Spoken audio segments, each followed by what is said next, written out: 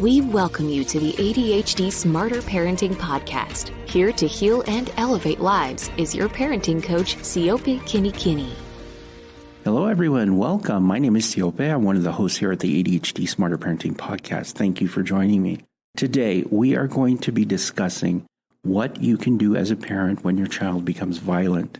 Now, this is an important topic. I have received various coaching calls about families who are struggling with a child who becomes violent when they become angry. And the violence is manifested in them hitting or throwing things that may hurt themselves or hurt other people, damaging property. And we're talking about physical violence. That is the reaction that they have when they don't get their way or when they are told no. And so these things are really difficult for a lot of parents to navigate. What do they do? How do they interact or engage with their child? And what are the things they should be thinking about? Now, during this podcast, we are going to be talking about why these behaviors seem to happen, especially at a higher percentage with children who have ADHD. And then we will talk about things that you can specifically do and things that you need to consider when you're dealing with a violent child. So let's start off first with, why is your child aggressive? Why does your child resort to physicality when your child is upset or doesn't get what they want? Now, there may be various reasons why they can lose control of their emotions and they are acting out to try and get what they want. In some instances, I've seen children use it as a manipulation because they've noticed that when they become physical with a parent, they can get their way. And so you as a parent are going to have to really evaluate what is behind this. Is my child out of control, unable to really think and process about the consequences of this behavior? Or is my child doing this to get what they want because they know there's a certain limit where I will give up as a parent and just give them their way? So just be aware of those. Now, that's not a bad thing for a child in trying to get their way. That's the job of a child, really, is to figure out exactly how do I get my needs met. We as parents are there to help teach them what are the appropriate ways to do that. And what are the inappropriate ways and why the inappropriate ways are not helpful or effective or will serve them in the long run. Okay. Now, some of the reasons that ADHD children struggle with being physical or being violent is that ADHD children tend to have a lot of energy, and this energy can be easily transferred into aggression when there's high emotional needs that are not being met. When they feel like they are not being listened to or they feel like they are not being respected or given what they want, it can translate into, how do I deal with these difficult emotions? And it may come out as physicality. So this is something that parents need to take into consideration with your ADHD child. Just understand it is being triggered by emotions many times, and it can be triggered by just their thought process and what I can get. But evaluating that with your child is going to be essential for your success because your approaches to those are going to be very different. If your child is doing it as a manipulation, then you need to be very consistent and not give in and be very structured in your approach in getting them to just follow instructions and do what you ask. And it's almost like this repeating parrot talk that you will be doing in order to just help them understand that regardless of their acting out, this is the way things are going to be. So it's very important for you as a parent to be aware that if that's what they're doing, then that's what they're doing. If it's on the other side where we're dealing with high emotionality, then the goal is to teach your child, how do we manage those emotions and what are other ways that you can express your frustration and get what you need, but also communicate what you need in order for me to help you as a parent. So very different approaches depending on where your child is. You as a parent need to really think about these things. And I think that that's one of the beauties of what we do here at Smarter Parenting is we really want to be proactive as parents in thinking ahead of what it is your child is going to need in order to help them succeed. Many parents act only on what is happening in the moment. So they're reactive parents. They're not proactive parents, but they're reactive parents. So they're reacting to whatever is happening around them. And that can be a very difficult thing because if you're always reacting, you just never know what's coming around the corner. And many times it's too late to de-escalate something or to prevent something from happening. You're actually waiting till something happens in order to move forward. That's a reason why it's important for you as a parent to do this evaluation of your children, but also understanding that your child's violent outbursts can be stemmed in this desire for your child to be heard emotionally or to get what they want. And with ADHD children, because they have so much energy, it can manifest as super aggressive.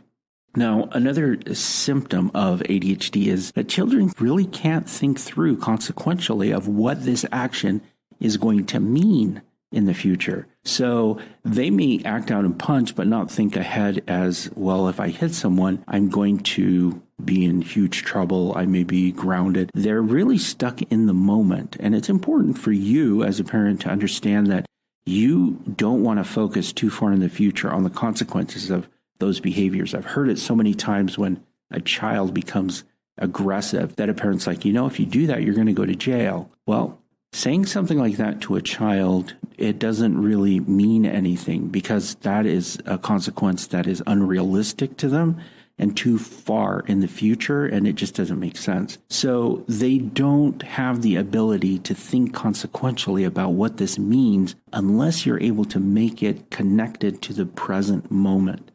And that's a difficult thing to do for a lot of parents. So be careful of the words that you use and what you're using to help your child work through that. Giving them consequences or telling them about consequences of their behavior that are way in the future really don't mean anything. And it's very difficult for a child to change their behavior based off of those reasons. Now, they may be reasons that are very valid and in fact are true. To you, it makes sense, but to your child, especially a child with ADHD, they are not thinking consequentially that way. So make everything as tight as you can into the present moment. So for example, if I was working with a child who became physically violent and started hitting me, I'd say, hey, you're hitting me right now, and I'd give him an instruction what he needed to do. But as far as consequences go, I would have to decide, okay, is there a consequence in this very moment that would be appropriate to share with him, or do I just not give the consequence and wait for him to make a decision if he's going to follow my instruction? We'll get more into this later on in the podcast because that goes along with what you can do as a parent, okay?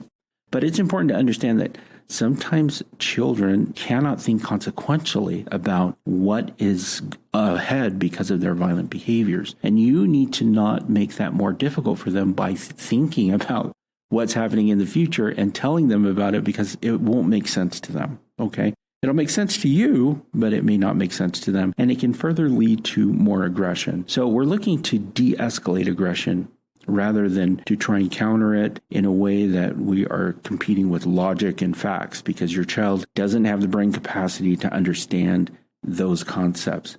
Okay, so we're dealing with high emotion, we're dealing with energy, we're dealing with a lack of consequential thinking.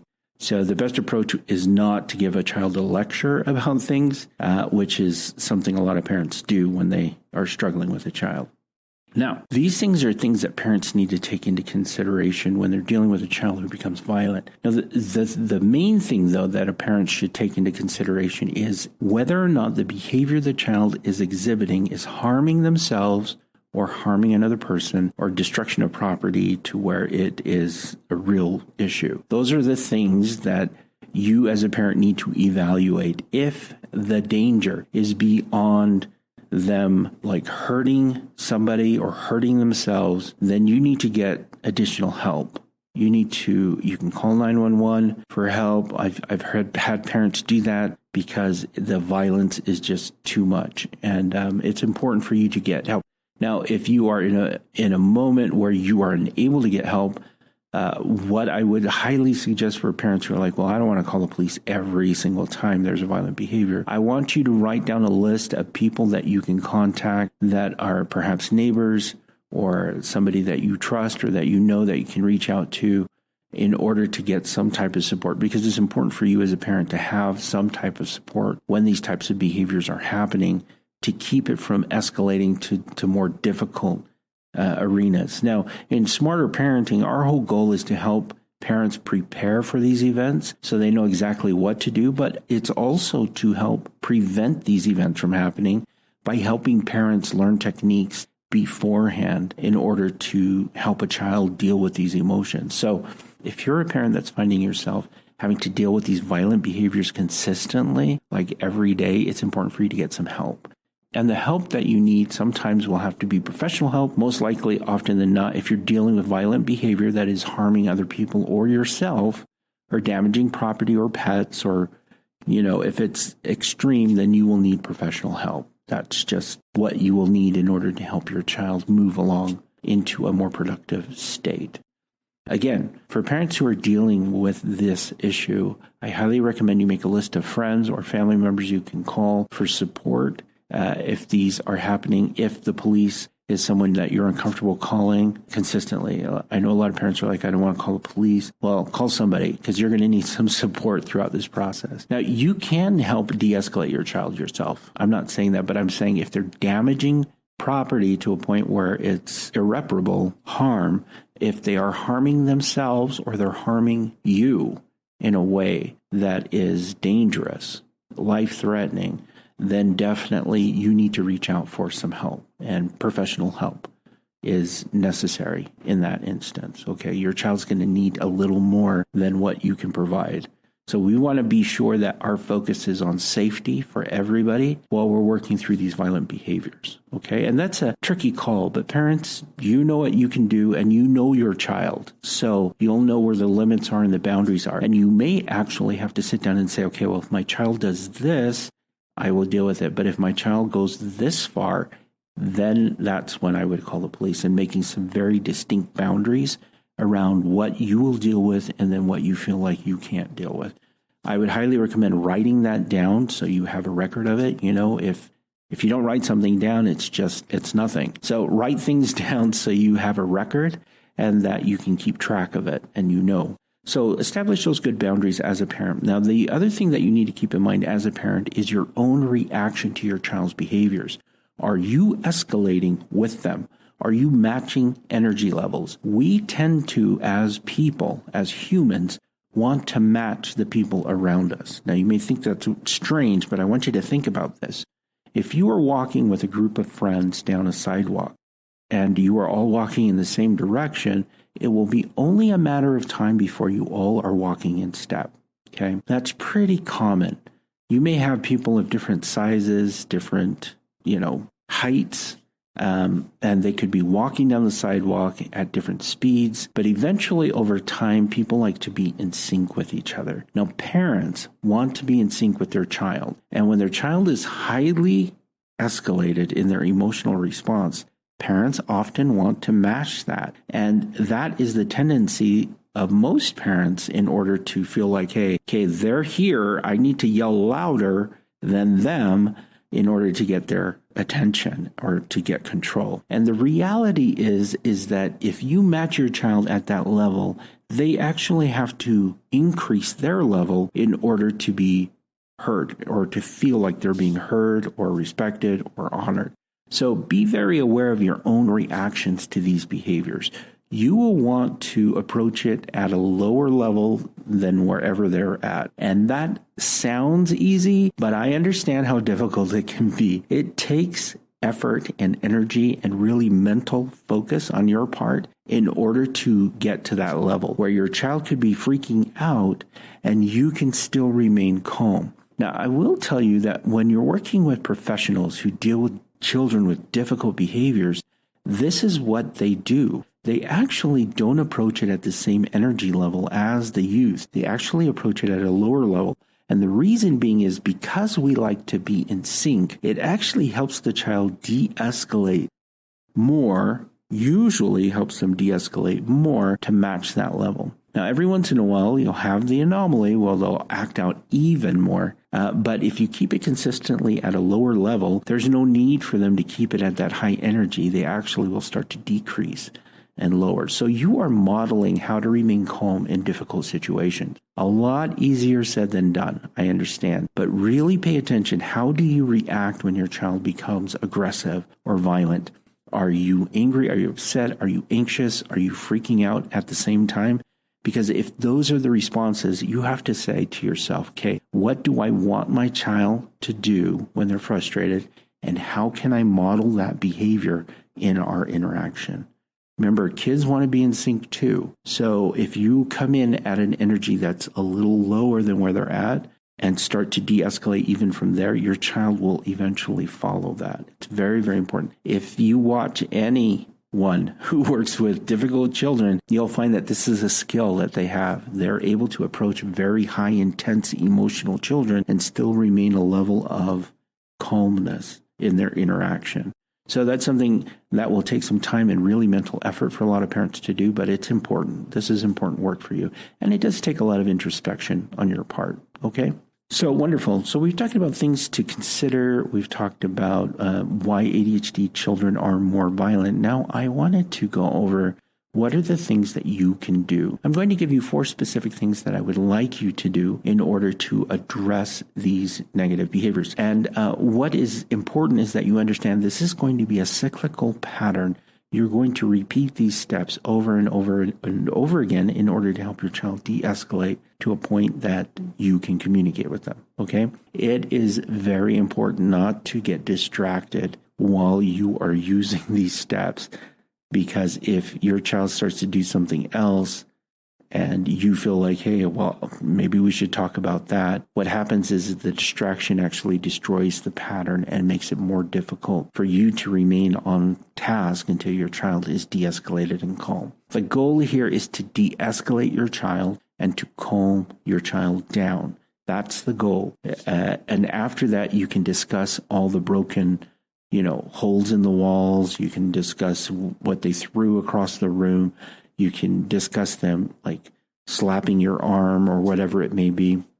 Only when things are to the level where they can discuss it are you going to go back and start discussing these things. While you are dealing with this high emotional child, what you're going to focus on is the present moment, because in that high emotionality, your child is in the present. Giving them consequences of things that are in the future will not make sense to them during this whole interaction. So if you're like, you better calm down, or you're not to have a sleepover with your friend, that just doesn't really work very well, because your child then becomes distracted by that. But it also may be something that's far off in the future and your child doesn't care because they're stuck in the moment. High emotional state where they are just really focused in on the present. So keep in mind to stay with this cycle until your child is calm.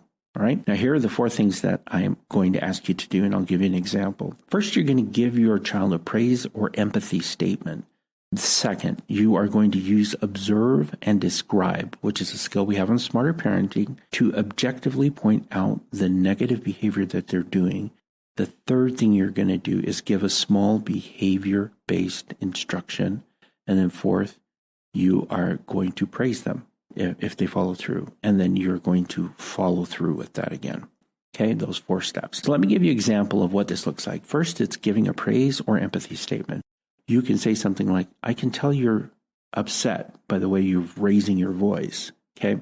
Now, I've actually combined the two steps because I expressed an empathy statement. I can tell that you're upset. And then I used observe and describe because you are raising your voice. Okay. That's a negative behavior. Then I want to give a small behavior-based instruction, which is, I need you to lower your voice. Now you can say, I need you to lower your voice, or you can say, you need to lower your voice. And in fact, I probably use more, you need to lower your voice. So you need to lower your voice. And I would repeat those steps.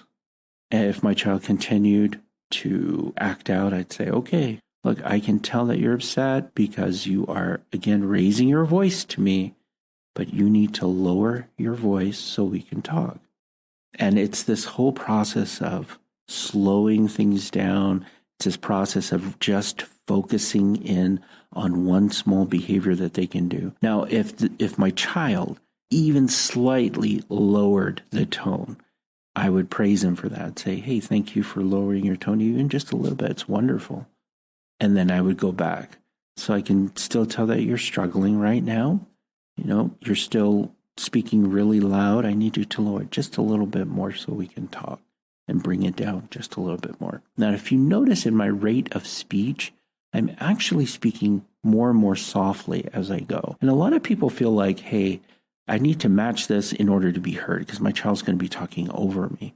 the reality is that we have more power often as parents when we don't yell and we actually speak softer and slower. There is a great power in that. Now, I'm going to equate this to a movie, so don't come at me because I'm equating this to a movie, but the power behind knowing how to use your voice and how to use your speech can carry a lot of weight. There's a movie that I watched with my wife a couple of years ago, The Devil Wears Prada. And it's interesting to note that the boss in that movie, played by Meryl Streep, her power didn't lie in her being loud and bossy and mean. It was more in these moments when she speaks softly. Now, she's super sarcastic, which I'm not asking you to do. Please don't do that. However, she does speak softly, and there's power in the words that she uses and the way that she speaks in order to have other people pay attention and listen to her. And although the world around her in the movie is pretty frenetic, she remains pretty consistent in the way that she approaches the world. It's like, this is the way I am, and everyone's going to adjust around that. Now, I don't want you to turn into the boss from The Devil Wears Prada at all, but I do want you to take into consideration that sometimes the yelling actually is counterproductive because it just escalates everything. You and your child take it to the next level. But by you speaking more softly and then eventually going more slowly in your speech, actually guides your child into a different form of how to interact with you. So that's what I would do with this child. I'd continue to go through these steps. Give a praise statement, use observe and describe, give a small behavior, and then praise everything. And this is going to take some time, especially with a child that's never done this before. You are going to have to take some time in order to work through this. But any indication of any positive behavior, even if it's small, you need to praise. Okay? Praise that behavior and say, hey, I noticed that you lowered your voice a little bit. That's wonderful. Thank you. Okay. Now, I know you're still frustrated because your voice is still really loud and it's hard to communicate. I need you to just lower your voice a bit more so we can talk about the same level as I'm speaking. And then pause. Okay. There's power in the pause as well. Just taking time to pause.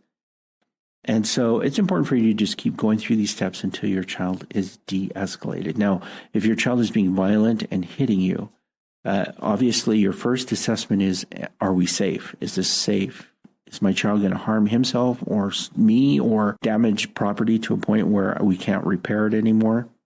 You are going to have to make that call as a parent. And if your child is in that state and highly in that high emotive state, really evaluate how safely you can engage with your child or if you're going to need help. That is the overall area, and those are the things that you need to be thinking about when you're engaging with a violent child. Okay, am I safe? Is the child safe?